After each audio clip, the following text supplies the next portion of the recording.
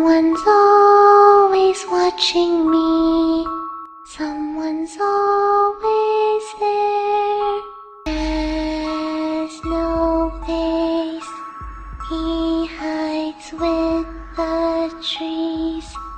He loves little children when they beg and scream.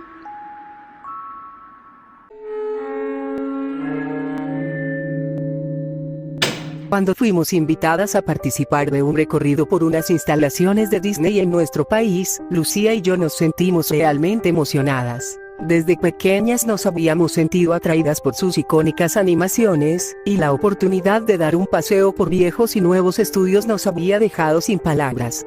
Sin embargo, lo aceptamos sin dudar, y nos dirigíamos hacia allá en tren, cuando pudimos ver una porción del sitio. Ciertamente no se trataba del lugar donde todos trabajaban, porque la fachada revelaba que estaba abandonado. Muchas paredes estaban a punto de caerse, el techo tenía agujeros por doquier, y las ventanas tenían tanta suciedad, que era imposible ver a través de ellas. Sin embargo, también estaban tapiadas.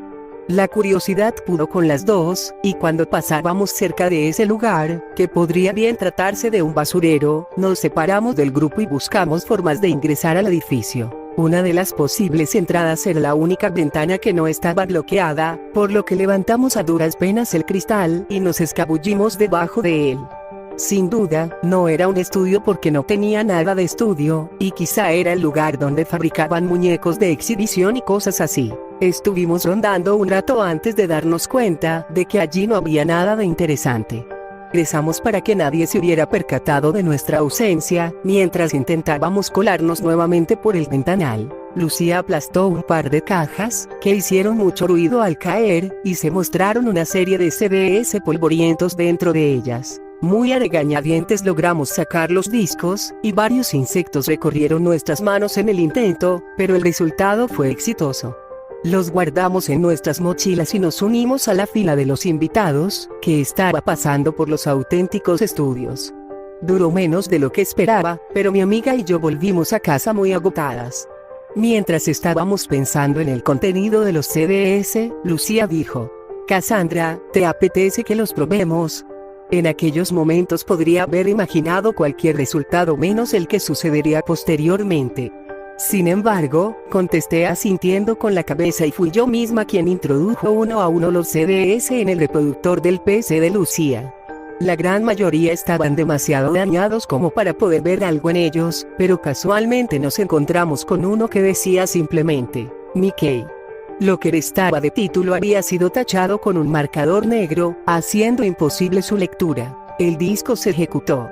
Dentro contenía un archivo de vídeo, simplemente titulado MP4. Lo iniciamos y al instante se mostró en pestaña una extraña presentación, con una anormal baja calidad, ya que para ser CD, no debía haber sido fabricada hacía mucho, con las caras de Mickey y Minnie, acompañados de la música de un arpa. Finalmente, parecía que no iba a ser otro capítulo más de alguna serie de Disney, sino una grabación barata de algún fanático de los personajes. Si la introducción era de muy baja calidad, el vídeo era asqueroso. Apenas se podría haber distinguido una pared blanca de un fondo negro. Como uno podría esperarse de la creación de un fan, en escena apareció una persona disfrazada de Mickey y luego, otra de Minnie. El audio estaba prácticamente roto, así que era imposible escuchar la conversación que tenían. Riendo por lo bajo, Lucía y yo presenciamos lo que parecía ser una pelea entre los dos ratones, y cada cual se iba por su lado. Minnie a su cuarto, y Mickey al jardín. Como esperábamos, la casa era una edificación normal, y con las habitaciones sucedía lo mismo, inclusive, en el minuto que se veía a Mickey en el jardín, pasaban por allí unas inocentes señoras con bolsas mirando con extrañeza a aquel actor. La representación cambió rápidamente, pues en ese momento se enfocaba una carta que Minnie estaba escribiendo. Las letras eran muy borrosas como para leerla, pero por la estructura la identificamos como un testamento. Ella arrojó la pluma a un lado y se cortó la grabación. Nos sorprendimos, pero pasado ese instante, nos echamos a reír. En parte, de mi suposición sobre el testamento de la última escena y por otra, de la pésima calidad con la que ese video contaba. Intentamos quitar el CD de la computadora, pero se apagó sin previo aviso y nos fue imposible volver a encenderla. Como no teníamos nada que hacer, decidimos ver la televisión. Así estuvimos varias horas, hasta que opté por regresar a mi hogar y comer algo después de tanto tiempo. Fui despertada a las 4 de la mañana por el sonido de mi teléfono, y cuando lo cogí, solo pude escuchar la voz de Lucía rogándome. Pude volver a encender la PC. Ven ahora, por favor. Hay otro archivo MP4 en el disco. Descendí rápidamente las escaleras y tomé la única chaqueta decente que vi colgada en la entrada. Con el pijama aún puesto y unas zapatillas, corrí hacia el departamento en el que mi amiga residía. Cuando llamé a la puerta, ella me atendió enseguida y me arrastró a su habitación. Se había equivocado un poco. En la pantalla no aparecían 2, sino 3 archivos. El primero, solo titulado MP4 que ya habíamos visto, el segundo, llamado Fin MP4 y el tercero, que era un archivo exe, con las palabras Mickey es real encima suya. Cliqueamos el archivo de vídeo nuevo y comenzaba de esta forma. Mickey se encontraba buscando a Minnie por un lago, por lo que pude adivinar, cercano a la vivienda de la primera grabación.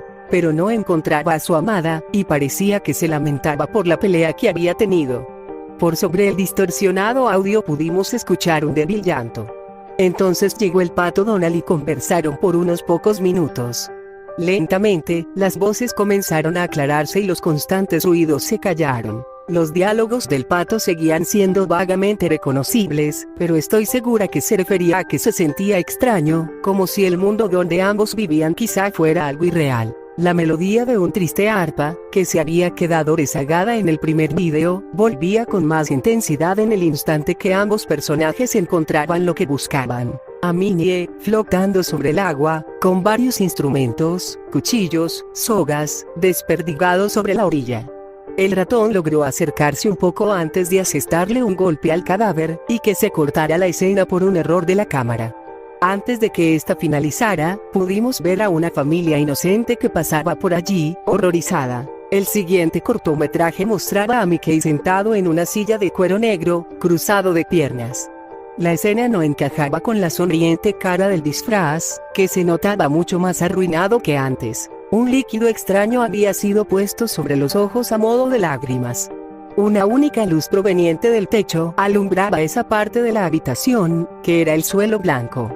Poco a poco, el personaje se levantó, revelando que detrás de sí tenía unos pedazos de cartón escritos con marcador azul. Comenzó a recitar lo que parecía ser un guión escrito allí, y era algo parecido a esto. Lo que has visto fue la causa. Como me ves a mí, fue el efecto. Lo que te pasará a ti, es la consecuencia. Has visto a las personas que contemplaron con asombro lo que le sucedió a Minnie, todo parecía muy real, ¿verdad? Entonces, ¿por qué no puede serlo? Soy una ilusión, soy parte de una grabación, pero ¿eso significa que no pueda ser real? Ahogué un grito, y Lucía salió disparada hacia atrás por el terror, cuando la estática produjo un sonido escalofriante. Más allá de eso, todo transcurría normalmente.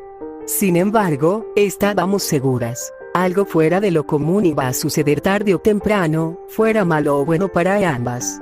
Lo que cualquiera habría tomado como una broma solo con vernos, para nosotras era una declaración macabra.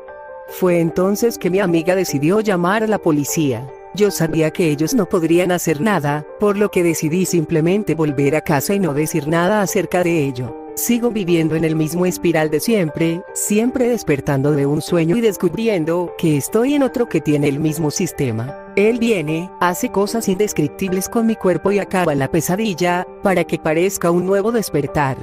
Ese despertar es ilusorio, pues antes de que pueda darme cuenta, vuelve a suceder.